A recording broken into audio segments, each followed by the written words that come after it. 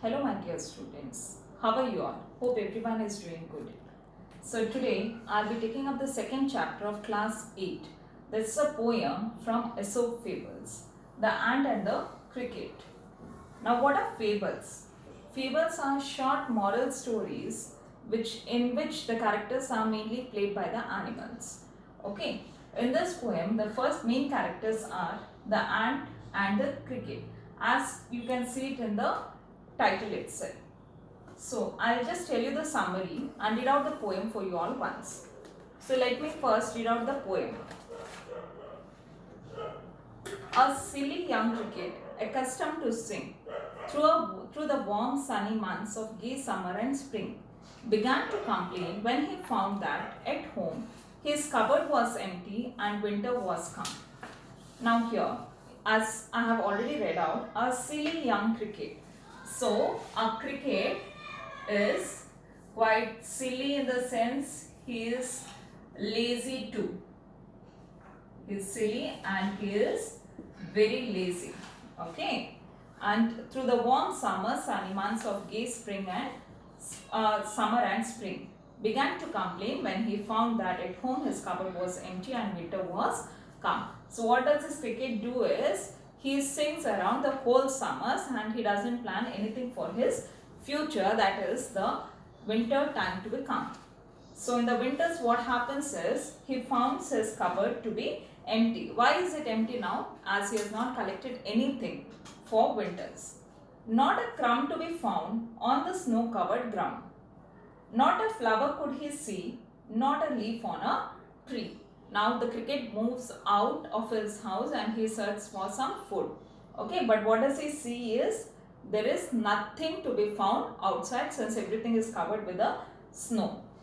Oh, what will become, says the cricket, of me, at last by starvation and famine made bold, all dripping with wet and all trembling with cold.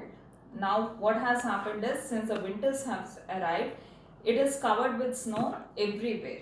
Okay, so he is quite worried now that what will happen of me. Away he set off to a miserly ant. Now he doesn't have any other outgo, so he goes to an ant to see if, to keep him alive, he would grant him shelter from rain and a mouthful of grain. He wished only to borrow, he'd repay it tomorrow. Now what does cricket do is, he goes to the ant for help. Cricket goes to ant for help. That, why does he goes to the ant? So that he could get some shelter and some food. And what does the cricket say? That I am only borrowing it from you and I will repay you it in future. Okay, now what happens? If not, he must die of starvation and sorrow. Now what happens is, since he has gone for help to ant and he wants to borrow some food and he wants some place to live in, and if he doesn't find so, what will happen is, he will have to die of starvation. What is starvation? Starvation is hunger. Okay. Now says the ant to the cricket, I am your servant and friend, but we ants never borrow, we ants never lend.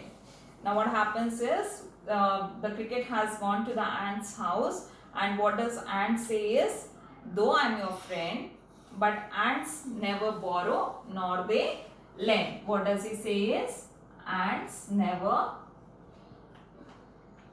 borrow nor lend. But tell me, dear sir, did you lay nothing by when the weather was warm? Said the cricket, not I. What does the ant ask the cricket? That, tell me, haven't you saved anything for the future? And the cricket says, no, I have not saved anything for the future. My heart was so light that I sang day and night, for all nature looked gay. You sang, sir, you say. What did he say now? What did the cricket reply? He says, dear ant, since the weather was very nice and I enjoyed the summers, I sang all the day and night. Then what happens? Go then, said the ant, and dance the winter away. Now ant has got a very nice reply to the cricket. He says that since you have sang the whole summers, you can go and dance all the winters. Thus ending, he hastily lifted the wicket, and out of the door turned the poor little cricket.